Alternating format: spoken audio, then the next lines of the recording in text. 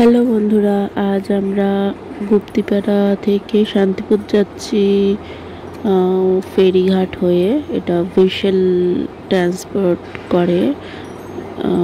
আমরা four wheeler নিয়ে গেছিলাম। এর সাথে সাথে কত গাড়ি রয়েছে, লরি পর্যন্ত পারাপার হচ্ছে। এইভাবেই গুপ্তিপাড়া থেকে শান্তিপুর যাওয়ার জন্য এটা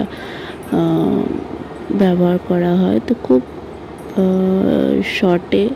শর্ট টাইমের মধ্যে আমরা শান্তিপুর পৌঁছে যাচ্ছি। না হলে রাস্তাটা অনেক দূর হয়, আর তার জন্য হুগলি নদী পার হয়ে শর্টে হয়।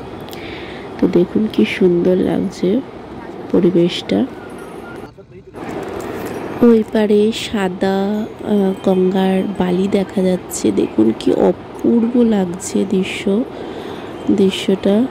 খুব সুন্দর, পুরো পরিষ্কার জল, গঙ্গাটা কি সুন্দর লাগছে, অপূর্ব।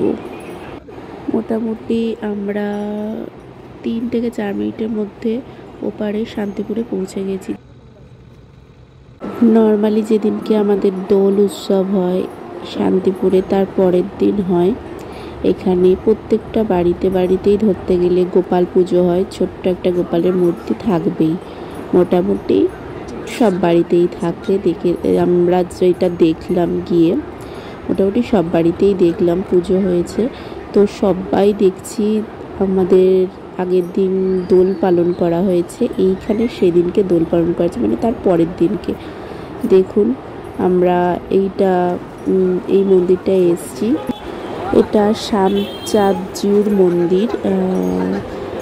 আমরা কোনোদিন তো আসিনি শান্তিপুর, তো পুরোপুরি গুগল ম্যাপ দেখে যতটুকু সম্ভব মন্দির দর্শন করেছি। দেখুন আমরা প্রথমে রাধা শ্যামচাঁদজির মন্দিরে এসে গেছি।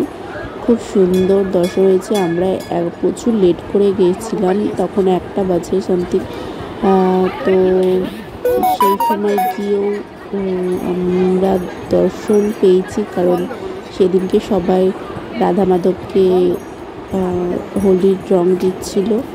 তো বাইরে বার করেছিল, ওরা রাসেতেও বার করে না, শুধু এই দিনকেই রাধা মাধবকে বার করে। সবাই ওপেন করে, পুরো অল ওপেন করে দেয়, সবাই এসে রং দিতে পারবে চরণে। তো দেখুন কতটা ভিড় সবাই রং দেওয়ার জন্য। আপনাদের দেখাচ্ছি। প্রথমে জানতাম না, আমি ভেবেছিলাম প্রথমে যেমন সবার বাড়িতে গোপাল পুজো হয় সেখানে হয়তো গোপাল রয়েছে। তো লাস্টে জানতে পারলাম না, ওখানে সবাই আবির দিচ্ছে রাধা মাধবকে। এই পণ্ডিতজির কাছ থেকে আমরা সব কিছু ডিটেলস জানলাম।